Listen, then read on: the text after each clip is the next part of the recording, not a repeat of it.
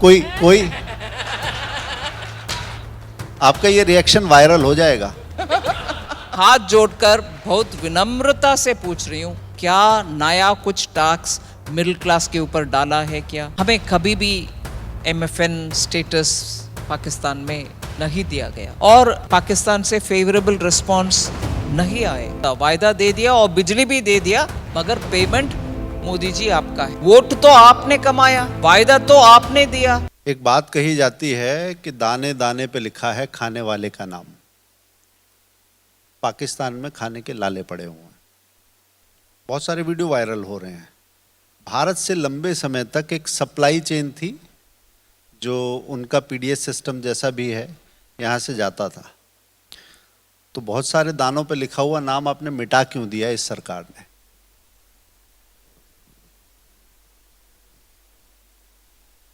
इस समय इसका इतना विवरण देना उचित है कि नहीं मालूम नहीं है, मगर हाँ, क्योंकि पाकिस्तान कभी भारत को MFN स्टेटस नहीं दिया, ये भी हम रिकग्नाइज करना।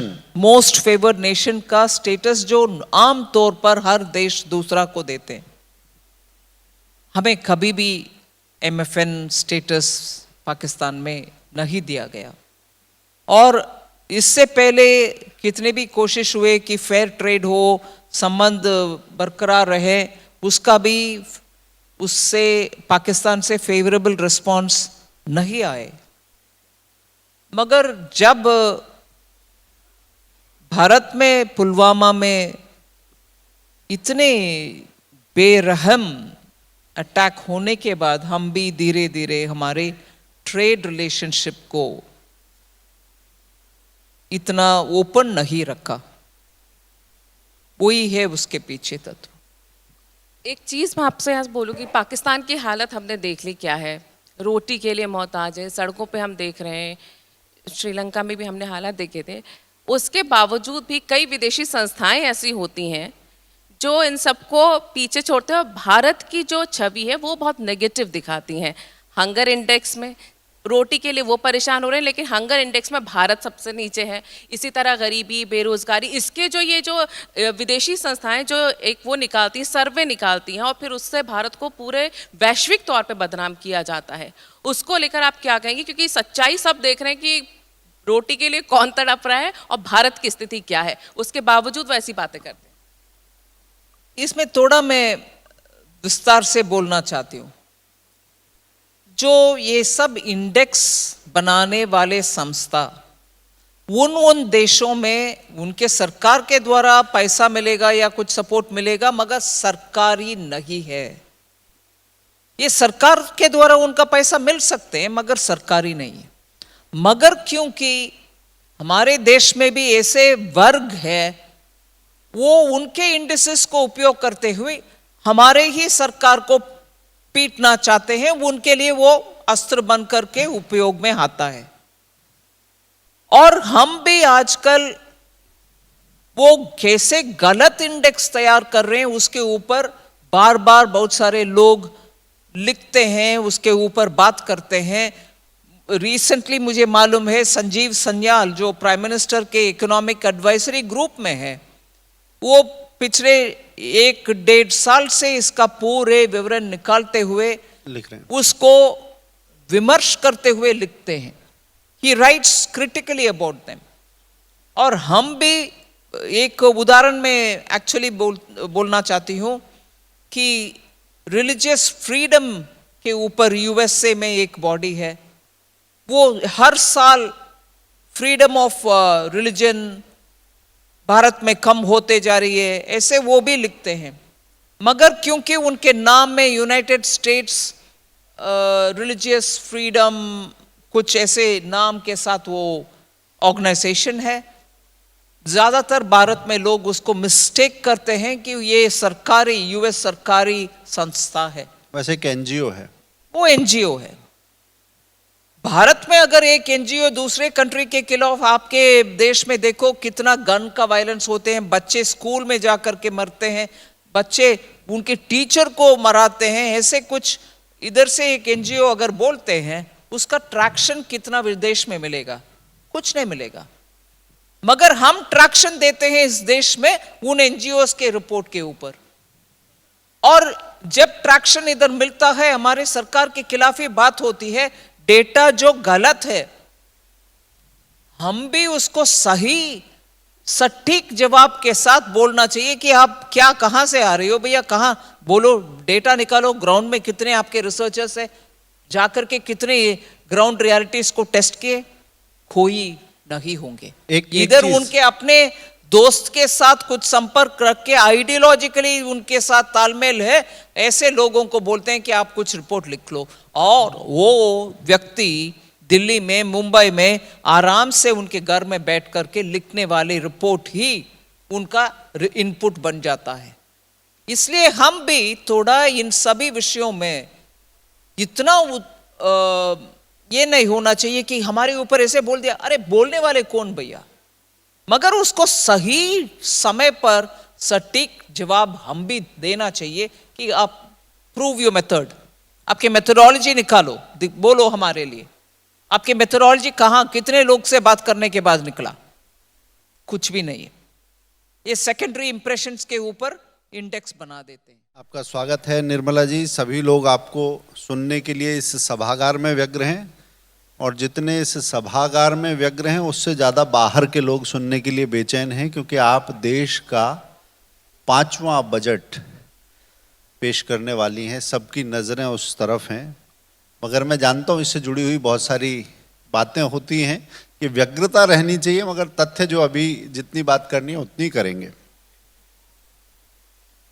इन 5 जो पिछले बजट हैं, इसमें आपको सबसे ज्यादा चुनौतीपूर्ण बजट कौन सा लगा?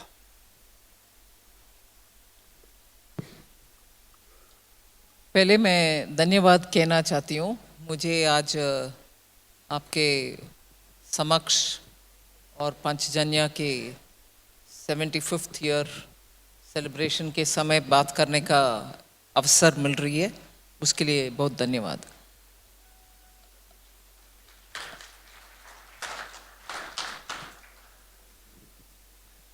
प्रश्न से जवाब इंटरेस्टिंग हो सकता है ऐसे अगर आप सोच रहे हैं, मैं तो एक बोरिंग रिप्लाई देने वाली हूँ।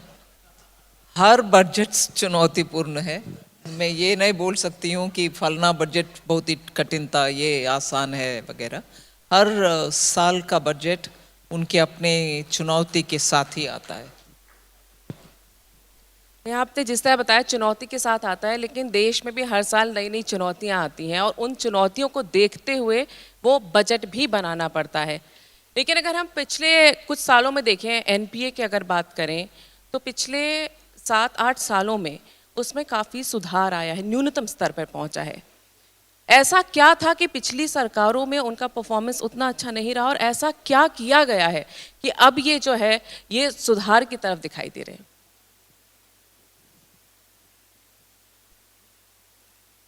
पिछली सरकार और इस सरकार को तुरंत एक विषय में हम अलग कर सकते हैं, मतलब एक का बैंक का ट्रीट करने का तरीका वर्सेस हमारे सरकार के, मोदी जी के नेतृत्व में सरकार के बैंक के साथ उनके अपने रवैया।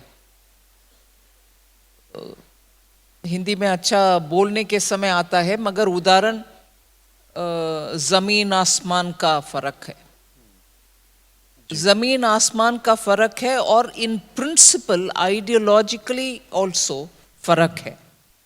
बैंक को एक प्रोफेशनल इंस्टीट्यूशन, देश का आर्थिक व्यवस्था में उनका बहुत बड़ा योगदान है, और उनको अपने प्रोफेशनलिज्म के साथ चलाने के फ्रीडम देना चाहिए। ये है मोदी जी के अप्रोच।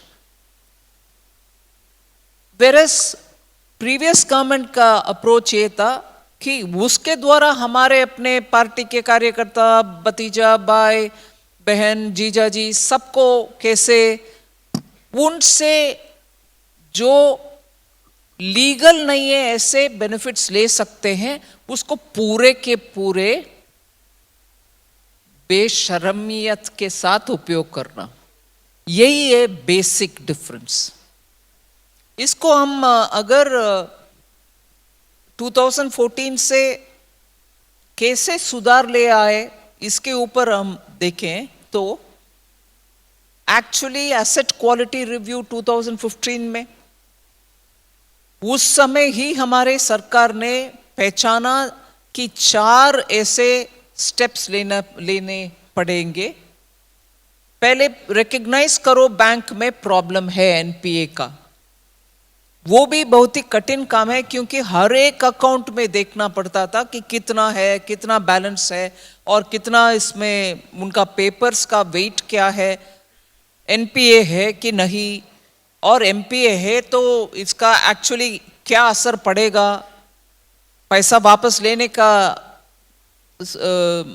कगार में है कि नहीं, उनके पेपर अगर वर्थलेस है उससे कुछ आने वाले नहीं है, ऐसे असेसमेंट करना, रिकग्नाइज द प्रॉब्लम।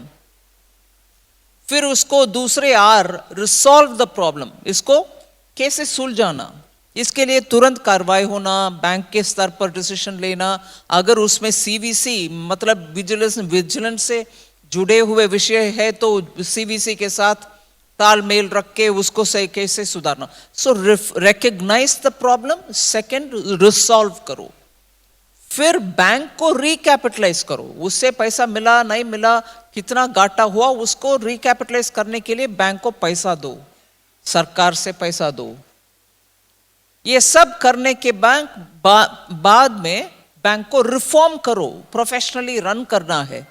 ये तो जरूर है कि मोदी जी के सरकार में कोई किसी बैंक को फोन करके फलना को पैसा दो, उनके पास सिक्योरिटी हो कि नहीं हो, परवाने अब दे दो, ऐसे फोन कॉल नहीं जाता।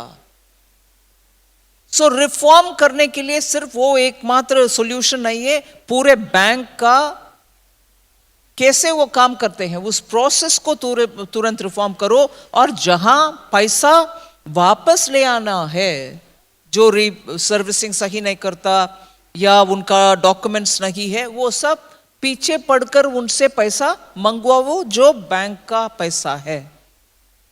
ये रिफॉर्म के स्टेप भी हमने लिया, इसीलिए ये 4 R's बोलते हैं, recognize the problem, resolve the problem, recapitalize the bank and then look at how to reform the bank so that वो प्रोफेशनली चलें।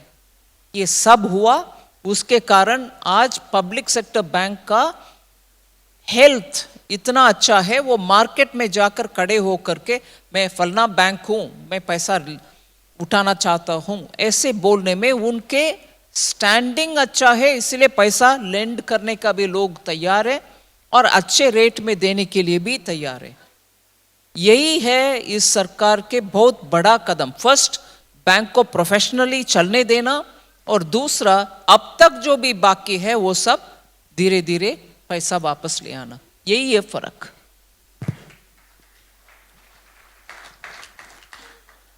आपने पहले कहा कि मैं ऐसा बोरिंग रिप्लाई देने वाली हूं कि शायद आपकी रुचि ना हो, मगर हम बोरिंग रिप्लाई लेने के आदी नहीं हैं।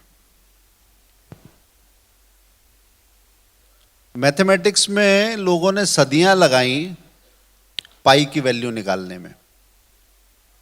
ये देश है जहां पाई पाई का मोल उसे अच्छे से पता था, क्योंकि सारी कुंजी एक महिला के हाथ में दे रखी थी। तो इस देश की वित्त मंत्री के तौर पर फ्रीबीज की पॉलिटिक्स के बारे में आप क्या सोचती हैं? ये राजनीति की कौन सी दिशा है, इसने कितना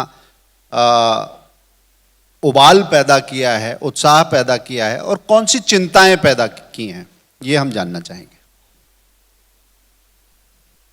फ्रीबीज की चर्चा तो अभी बहुत तेजी से सब भाग ले रहे हैं, बात कर रहे हैं, और इसमें एक दूसरे को फंसाने के लिए ये प्रश्न उठाते हैं कि कौन सा आइटम फ्रीबी है, कौन सा नहीं है। विषय वो नहीं है। विषय ये है कि आप चुनाव के समय कोई वायदे दे देते हैं, उसको सरकार में आने के बाद देखने के बाद आपके वित्त व्यवस्था कमज़ोर है कि अच्छा है, वो सचमुच देखने के बाद आपको लगता है कि ये जो मैंने वायदा दिया, मान लीजिए फ्री बिजली का या कुछ और फ्री देने का, ये आपके राज्य के वित्त व्यवस्था देखने के बाद आप कर पाएंगे कि नहीं कर पाएंगे, सच्चाई तब आपके ऊपर ध्यान में आता है। और जब ध्यान में आता है, दे सकते हैं, मान लीजिए आपकी व्यवस्था ठीक है और वो फ्री भी दे सकते हैं, फिर एक्चुअली बजट में वो दिखाओ कि मान लीजिए किसानों के लिए फ्री बिजली देने का वायदा दिया और वो आप पूरे निभाने के लिए आगे बढ़ रहे हैं, तो उसके लिए आंकड़ा निकाल करके इतना पैसा जरूरत पड़ेगा तो वो बजट में दिखाओ, उसके लिए व्यवस्था करो, वो पैसा उसमें डाल रखो उस अकाउंट में, और साल के अंत में वो ठीक हिसाब किताब दे दो, तो वो फ्री भी नहीं हो सकता है।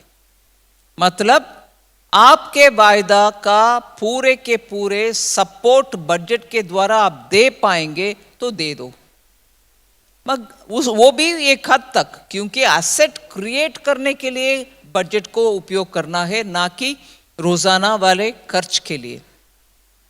मगर फिर भी मान लो कि ये वायदा करना ही है और वायदा को निभाना भी है, तो बजट में दिखाओ।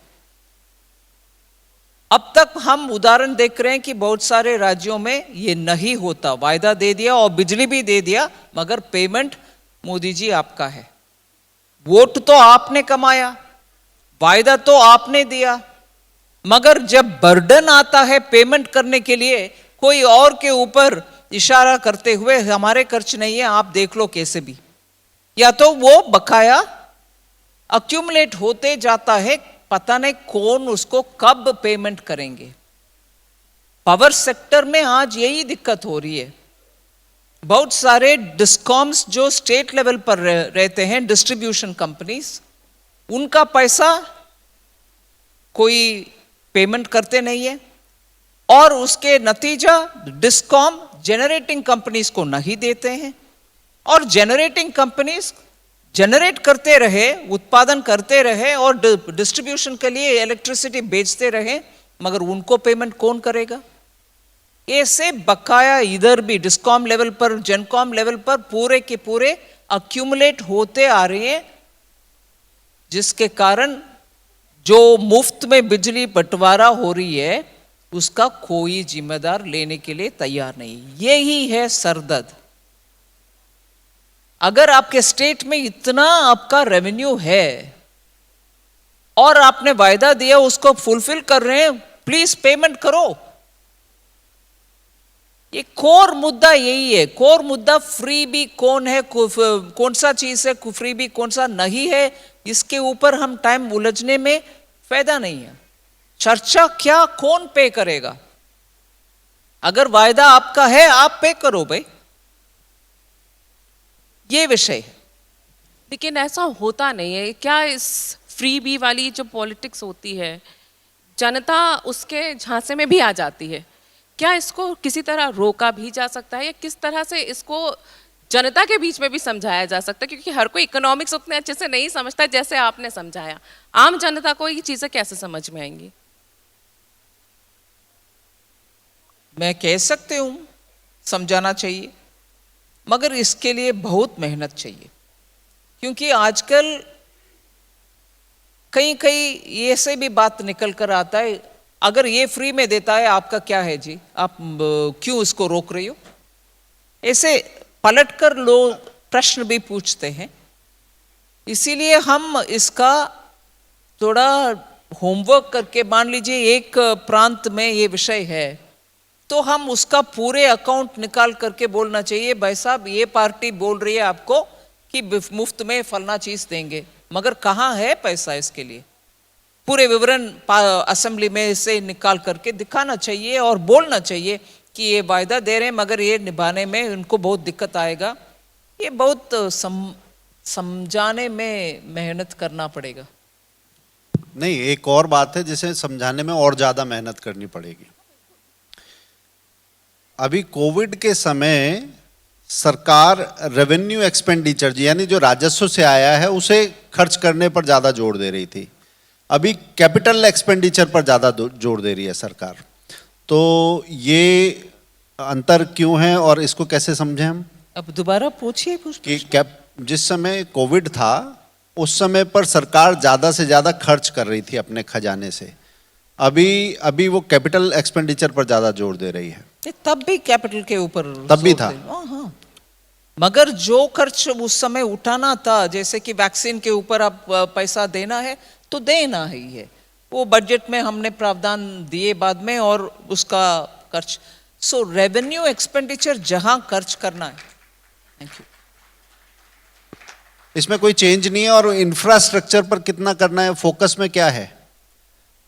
फोकस में जैसे एक बात है कि पहले जैसे चैरिटी के लिए, वेलफेयर के लिए, इसके लिए करते थे, अब आप लोग इंफ्रा पर ज्यादा खर्च कर रहे हैं। चैरिटी के लिए, सोशल वेलफेयर के लिए जो खर्च उठाना है वो अभी भी उठा रहे हैं, तब भी उठाए, उससे पहले भी उठाए, उसमें कोई कटौती नहीं है। क्योंकि अगर उससे कोई ऐसे गरीब वर्ग के लिए कुछ करना है तो वो तो जरूर करेंगे, करते रहेंगे। मगर फर्क अब से 2020 से पब्लिक इंफ्रास्ट्रक्चर कंस्ट्रक्शन के लिए कैपिटल एक्सपेंडिचर जो आप बोल रहे हैं उसको लगातार हम इंक्रीज करते आ रहे हैं, बढ़ा रहे हैं। 35% एक ही साल में बढ़ा दिया, अगले साल भी ऐसे ही 35% करीब 5,54,000 करोड़ जो था, अगले साल 7,50,000 करोड़, अभी जो चल रही है 7,50,000 करोड़ इंक्रीज किए हमने। क्योंकि इसमें इकोनॉमिस्ट सब अग्री करेंगे, रेवेन्यू एक्सपेंडिचर से आपको फायदा 1 रुपया खर्च करने में सिर्फ 45 पैसा का उसका बेनिफिट मिलेगा आपको। मगर जब 1 रुपया इंफ्रास्ट्रक्चर और कैपिटल एक्सपेंडिचर में करेंगे, शॉर्ट टर्म में भी और लॉन्ग टर्म में भी 3 रुपये 45 पैसा तक आपका उसका बेनिफिट मिलेगा। सो शॉर्ट टर्म में मिलेगा, लॉन्ग टर्म में भी मिलेगा। मगर रेवेन्यू एक्सपेंडिचर के द्वारा अगर खर्च करेंगे वो शॉर्ट टर्म ही बेनिफिट मिलेगा, मगर उससे ज्यादा नहीं। एक आंकड़ा था 2013 का बेसिस में, उसमें 95 पैसा मिलेगा हर 1 रुपया के लिए रेवेन्यू एक्सपेंडिचर के द्वारा, ऐसे था। मगर लेटेस्ट आरबीआई का 2019 वाला फिगर से ये निकल कर आ रही है कि 45 पैसा से ज्यादा आपको बेनिफिट नहीं मिलेगा रेवेन्यू खर्च में।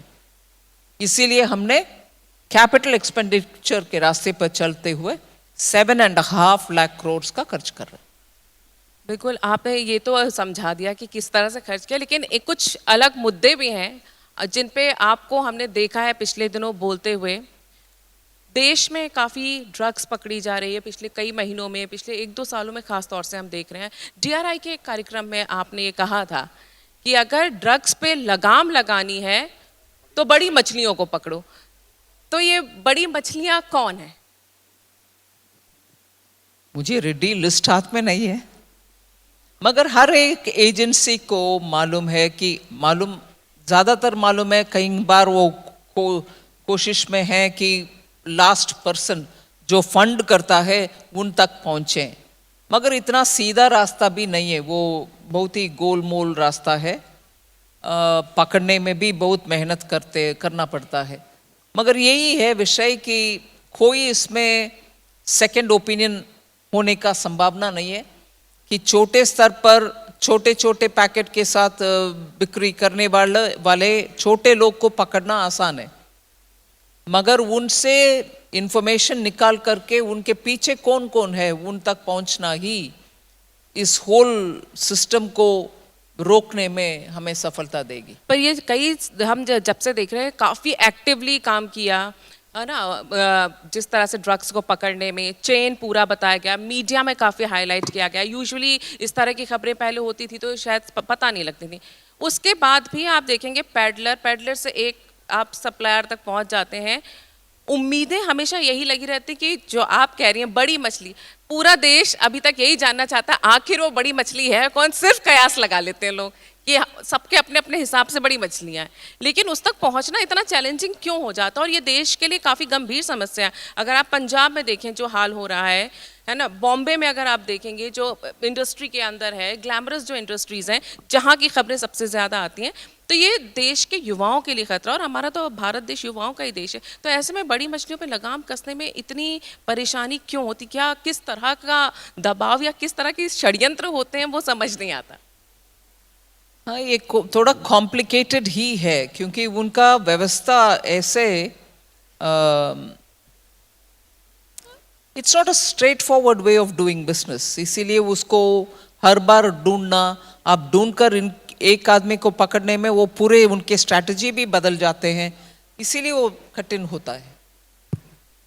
एक और ऐसा ही, जैसे आपने कहा कि ये सीधा नहीं है, एक नज़रिए में भी बड़ा परिवर्तन है कि 2013 से पहले दुनिया जो विश्व व्यवस्था में, विश्व की अर्थव्यवस्था थी, उसमें भारत को काउंट करते थे, उसकी गिनती करते थे फ्रेजाइल 5 में, और अब वो उसका शाइनिंग स्टार है, चमकता हुआ सितारा दिखता है। भारत की अर्थव्यवस्था में बहुत उम्मीदें दिखती हैं। ये परिवर्तन कैसे हुआ, इसका कारण क्या है? हाँ, 2013 में भारत फ्रेजाइल 5 में एक देश, वो 5 कौन सा ऐसा देश है उस समय जो फाइनेंशियल क्राइसिस 2008-9 में हुआ, उसके चलते हुए बहुत इकोनॉमी में डैमेज जिनको मिला, उन देशों के साथ हम भी एक देश बन गया। Indonesia, South Africa, Turkey, Brazil, so इन 5 देश में हम भी एक है।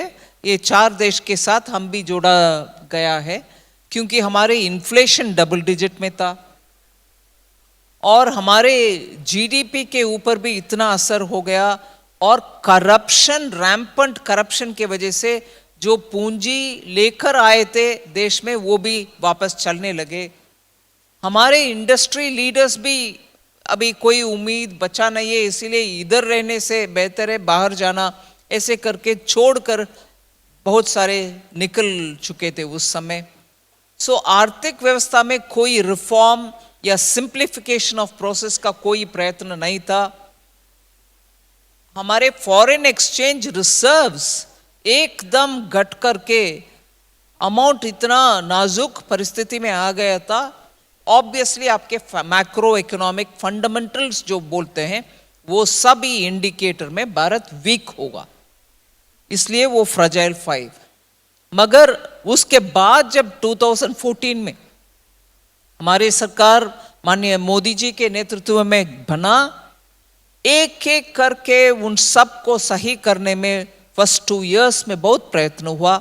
बैंकों का कहानी तो मैंने आपके सामने रखी।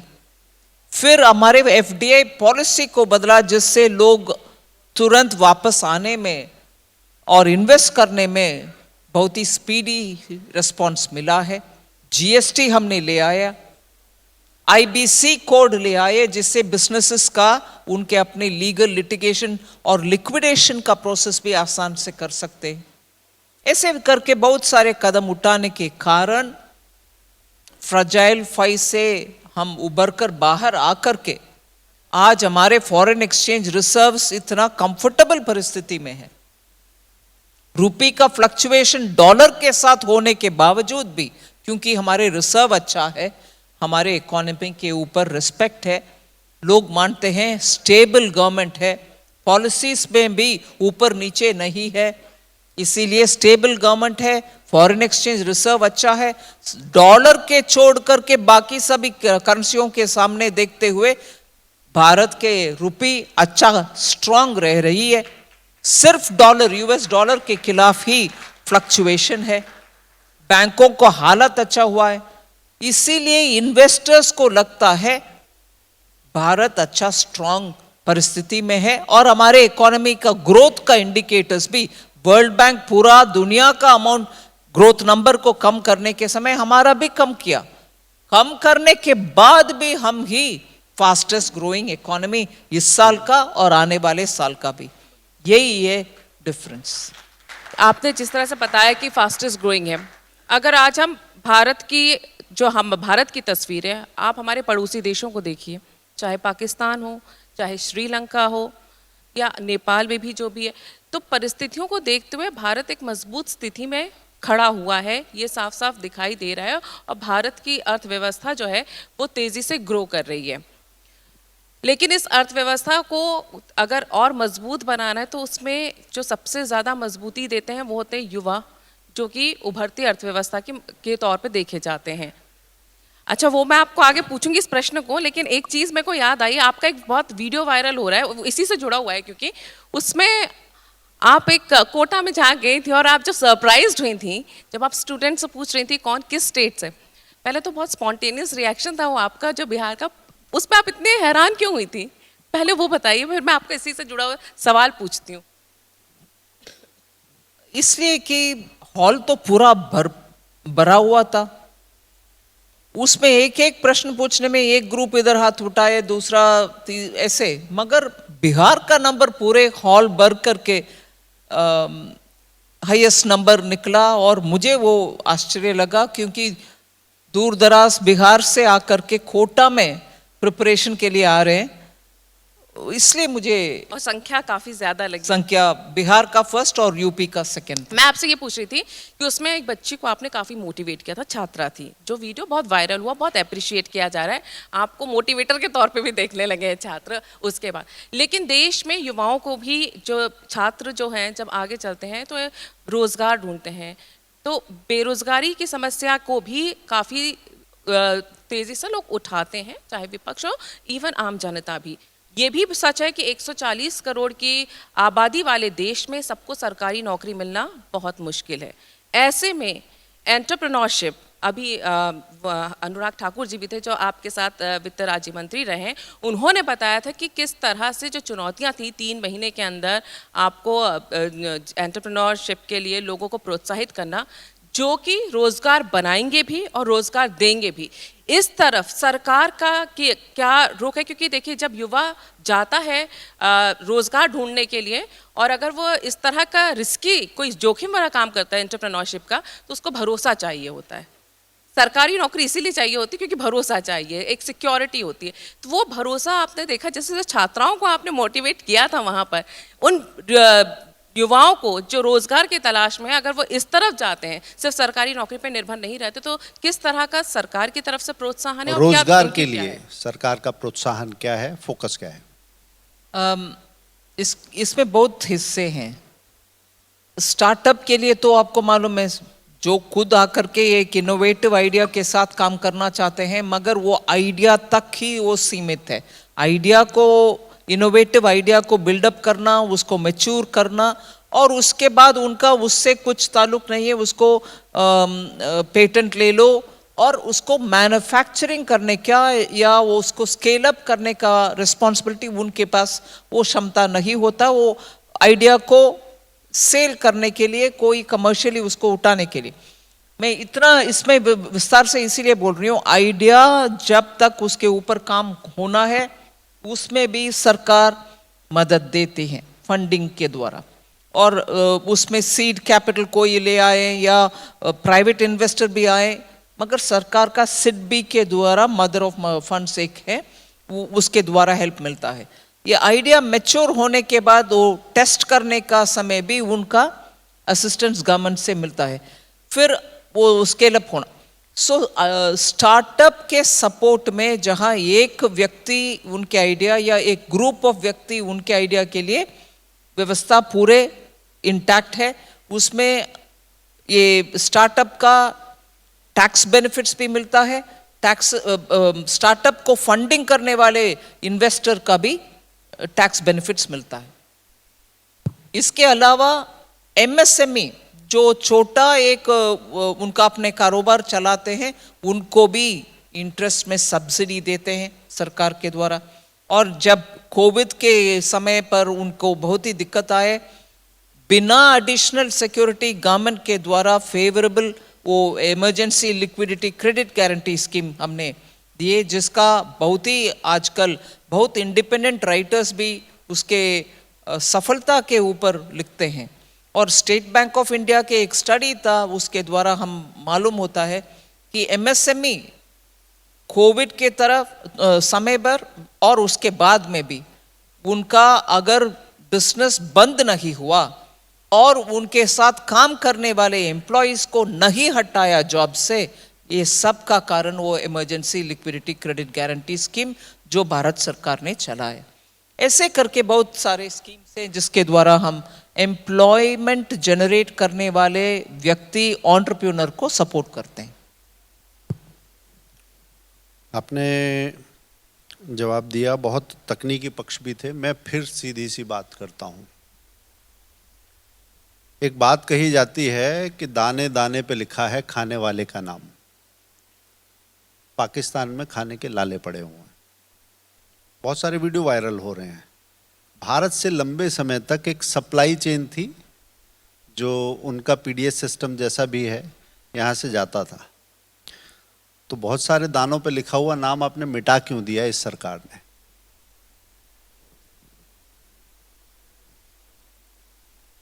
इस समय इसका इतना विवरण देना उचित है कि नहीं मालूम नहीं है, मगर हाँ, क्योंकि पाकिस्तान कभी भारत को एमएफएन स्टेटस नहीं दिया, ये भी हम रिकग्नाइज करना। मोस्ट फेवर्ड नेशन का स्टेटस जो आम तौर पर हर देश दूसरा को देते हैं, हमें कभी भी एमएफएन स्टेटस पाकिस्तान में नहीं दिया गया। और इससे पहले कितने भी कोशिश हुए कि फेयर ट्रेड हो, संबंध बरकरार रहे, उसका भी उससे पाकिस्तान से फेवरेबल रिस्पांस नहीं आए। मगर जब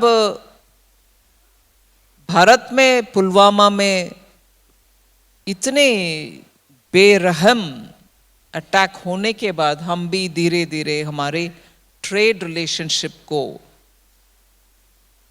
इतना ओपन नहीं रखा, वही है उसके पीछे तत्व। एक चीज़ मैं आपसे आज बोलूँ कि पाकिस्तान की हालत हमने देख ली क्या है। रोटी के लिए मोहताज है, सड़कों पे हम देख रहे हैं, श्रीलंका में भी हमने हालात देखे थे। उसके बावजूद भी कई विदेशी संस्थाएं ऐसी होती हैं जो इन सबको पीछे छोड़ते हैं और भारत की जो छवि है वो बहुत नेगेटिव दिखाती हैं। हंगर इंडेक्स में रोटी के लिए वो परेशान हो रहे हैं, लेकिन हंगर इंडेक्स में भारत सबसे नीचे है। इसी तरह गरीबी, बेरोजगारी, इसके जो ये जो विदेशी संस्थाएं जो एक वो निकालती हैं, सर्वे निकालती हैं, और फिर उससे भारत को पूरे वैश्विक तौर पे बदनाम किया जाता है। उसको लेकर आप क्या कहेंगे? क्योंकि सच्चाई सब देख रहे हैं कि रोटी के लिए कौन तड़प रहा है और भारत की स्थिति क्या है, उसके बावजूद वो ऐसी बातें करते हैं। इसमें थोड़ा मैं विस्तार से बोलना चाहती हूँ। जो ये सब इंडेक्स बनाने वाले संस्था उन देशों में उनके सरकार के द्वारा पैसा मिलेगा या कुछ सपोर्ट मिलेगा, मगर सरकारी नहीं है। ये सरकार के द्वारा उनका पैसा मिल सकते हैं मगर सरकारी नहीं है। मगर क्योंकि हमारे देश में भी ऐसे वर्ग है, वो उनके इंडिसेस को उपयोग करते हुए हमारे ही सरकार को पीटना चाहते हैं, उनके लिए वो अस्त्र बन करके उपयोग में आता है। और हम भी आजकल वो कैसे गलत इंडेक्स तैयार कर रहे हैं उसके ऊपर बार बार बहुत सारे लोग लिखते हैं, उसके ऊपर बात करते हैं। रिसेंटली मुझे मालूम है संजीव सन्याल जो प्राइम मिनिस्टर के इकोनॉमिक एडवाइजरी ग्रुप में है, वो पिछले 1-1.5 साल से इसका पूरे विवरण निकालते हुए लिख रहे हैं, उसको विमर्श करते हुए लिखते हैं। ही राइट्स क्रिटिकली अबाउट देम। और हम भी एक उदाहरण में एक्चुअली बोलना चाहती हूँ कि रिलीजियस फ्रीडम के ऊपर यूएसए में एक बॉडी है, वो हर साल फ्रीडम ऑफ रिलीजन भारत में कम होते जा रही है, ऐसे वो भी लिखते हैं। मगर क्योंकि उनके नाम में यूनाइटेड स्टेट्स रिलीजियस फ्रीडम कुछ ऐसे नाम के साथ वो ऑर्गेनाइजेशन है, ज्यादातर भारत में लोग उसको मिस्टेक करते हैं कि ये सरकारी यूएस सरकारी संस्था है। वैसे एक एनजीओ है। वो एनजीओ है। भारत में अगर एक एनजीओ दूसरे कंट्री के खिलाफ, आपके देश में देखो कितना गन का वायलेंस होते हैं, बच्चे स्कूल में जाकर के मरते हैं, बच्चे उनके टीचर को मराते हैं, ऐसे कुछ इधर से एक एनजीओ अगर बोलते हैं, उसका ट्रैक्शन कितना विदेश में मिलेगा? कुछ नहीं मिलेगा। मगर हम ट्रैक्शन देते हैं इस देश में उन एनजीओ के रिपोर्ट के ऊपर, और जब ट्रैक्शन इधर मिलता है हमारे सरकार के खिलाफ ही बात होती है, डेटा जो गलत है हम भी उसको सही सटीक जवाब के साथ बोलना चाहिए कि आप क्या कहां से आ रहे हो भैया, कहां बोलो, डेटा निकालो, ग्राउंड में कितने आपके रिसर्चर्स है, जाकर के कितने ग्राउंड रियलिटीज को टेस्ट किए, कोई नहीं होंगे। इधर उनके अपने दोस्त के साथ कुछ संपर्क रख के आइडियोलॉजिकली उनके साथ तालमेल है, ऐसे लोगों को बोलते हैं कि आप कुछ रिपोर्ट लिख लो, और वो व्यक्ति दिल्ली में मुंबई में आराम से उनके घर में बैठ करके लिखने वाली रिपोर्ट ही उनका इनपुट बन जाता है।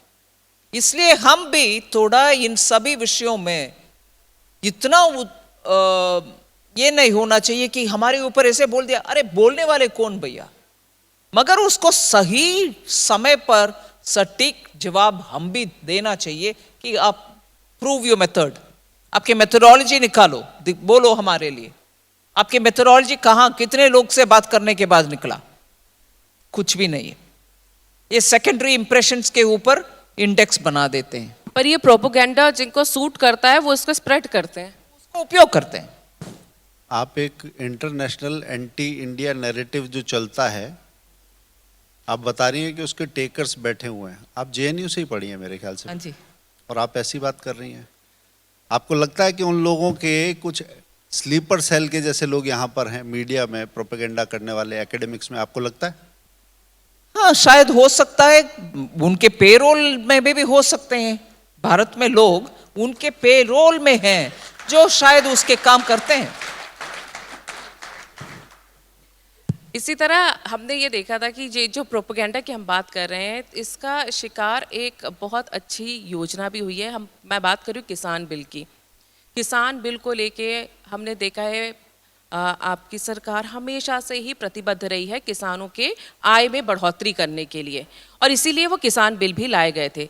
लेकिन जिस तरह से ये गैंग अराजक मंडली जो थी, उन्होंने जो माहौल देश भर में बनाया, जिसके चलते प्रधानमंत्री जी को वो बिल वापस लेने पड़े, जिसका सीधा असर क्या किसानों की आय पे आपको लगता है कि पड़ता है, और दूरगामी इसके जो नतीजे निकलेंगे वो किसानों के हित में नहीं होंगे। इसको लेके आप क्या कहेंगे? नहीं, मैं ऐसा नहीं मानती हूँ। किसान के लिए जो भी करना है प्रधानमंत्री जी उसमें अड़े रहे हैं, वो काम चलते रहेगा, उसमें कोई पीछे नहीं होने का संभावना है, क्योंकि आय दुगुनी होना है, डबलिंग ऑफ फार्मर्स इनकम, इसमें कोई रुकावट नहीं होगा। एक्चुअली डबलिंग का काम अच्छा रफ्तार में चल रही है, उसमें कोई ये नहीं।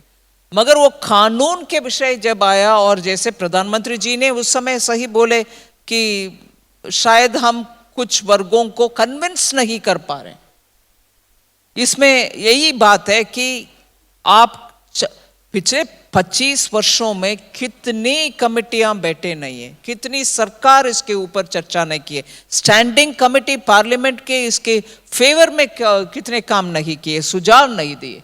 इसीलिए उस कानून में कमी है ऐसे मानने को कोई तैयार नहीं है, मगर उसके ऊपर आर्टिकुलेशन, उसके ऊपर जो जिनके मन में कुछ शंकाएं हैं उनको कन्विंस करने का प्रयत्न, शायद यही मैं मानती हूँ प्रधानमंत्री जी का इंडिकेशन था कि शायद हम कन्विंस कर नहीं पाए। ठीक है, एक हम साक्षात्कार के अंत की ओर बढ़ रहे हैं।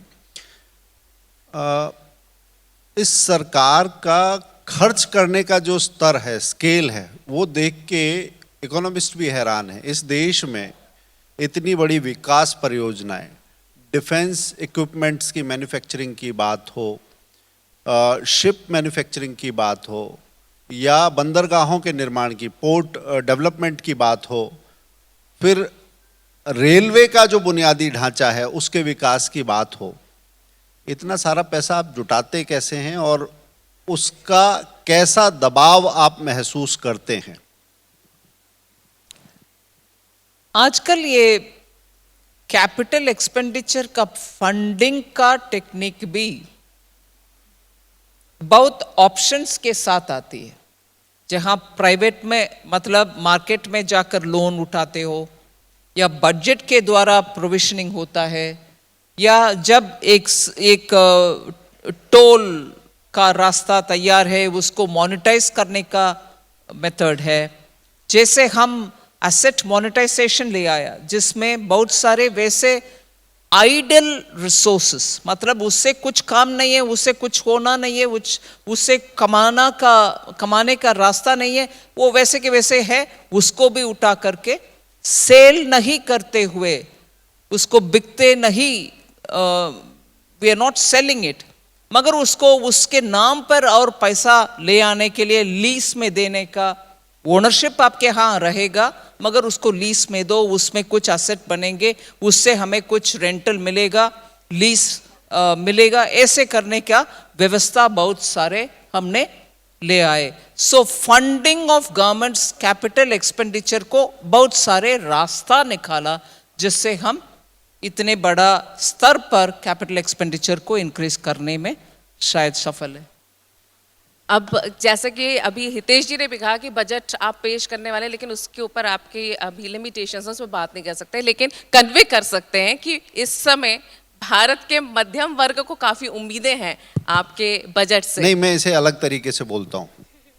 इस सदन में बहुत सारे लोग सोच रहे हैं और मेरे फोन में बार बार मैसेज आ रहे हैं कि पीपीएफ की लिमिट, एटीसी, इसके बारे में मैं इसके बारे में कोई सवाल ही नहीं पूछूंगा, आपकी क्या राय है?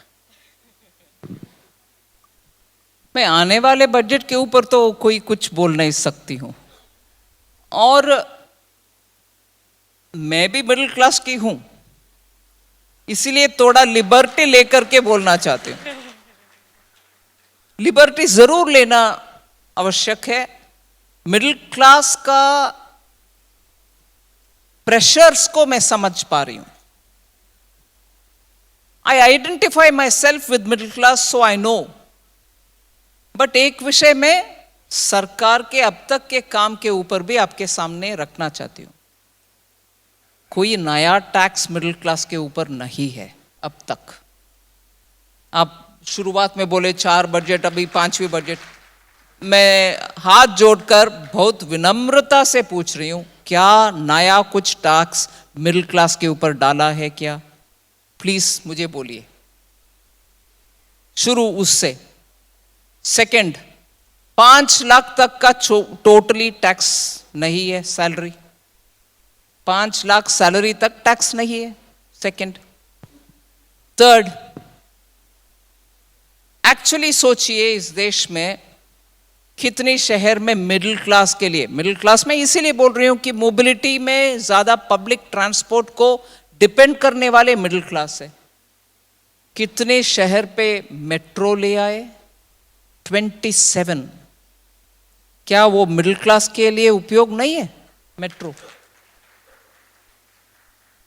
फोर्थ, मिडिल क्लास ज्यादातर गांव से शिफ्ट होकर के आज शहरों में उनके बिजनेस के लिए या उनके कारोबार के लिए, उनके एम्प्लॉयमेंट के लिए आते हैं।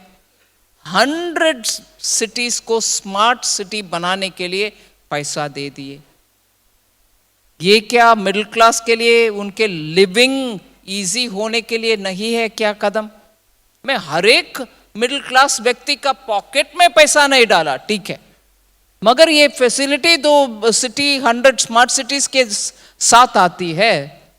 उदाहरण में परसों इंदौर में थी। इतना सुंदर रखते हैं उनके शहर, इसीलिए तो कंट्रीज मोस्ट क्लीनेस्ट सिटी। उधर रहने वाले मिडिल क्लास को फायदा नहीं है क्या? ऐसे ही 27 metros, 100 smart cities, drinking water घर तक पहुंचना, more than if I know right 111 lakh के घर तक पहुंचा है।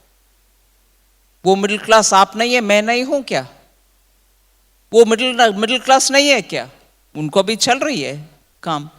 पानी तक उनके यहाँ पहुंचा है अब तक जो नहीं था, वो मिडिल क्लास नहीं है क्या? वो भी, उनको भी चल रही है पैसा।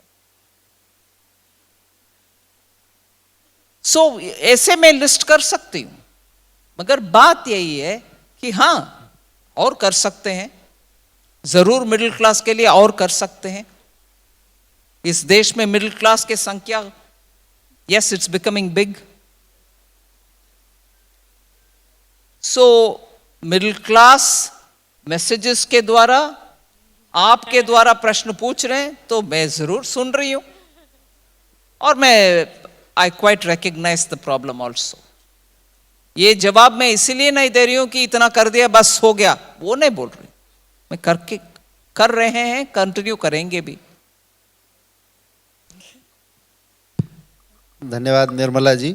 और मुझे याद है जब पार्टी प्रवक्ता के तौर पर आप बोलती थी और 3 बजे के आसपास खूब वन लाइनर्स देती थी।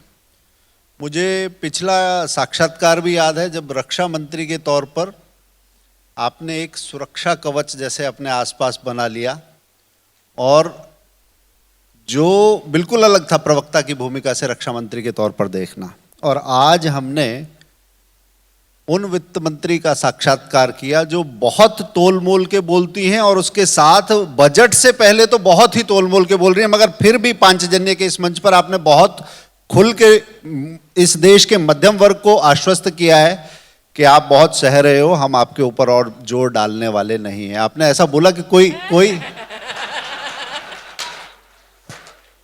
आपका ये रिएक्शन वायरल हो जाएगा। चलिए, आपने अपने अति व्यस्त समय में से ये समय निकाला, बहुत खुलकर प्रश्नों का उत्तर दिया। आपका बहुत बहुत आभार।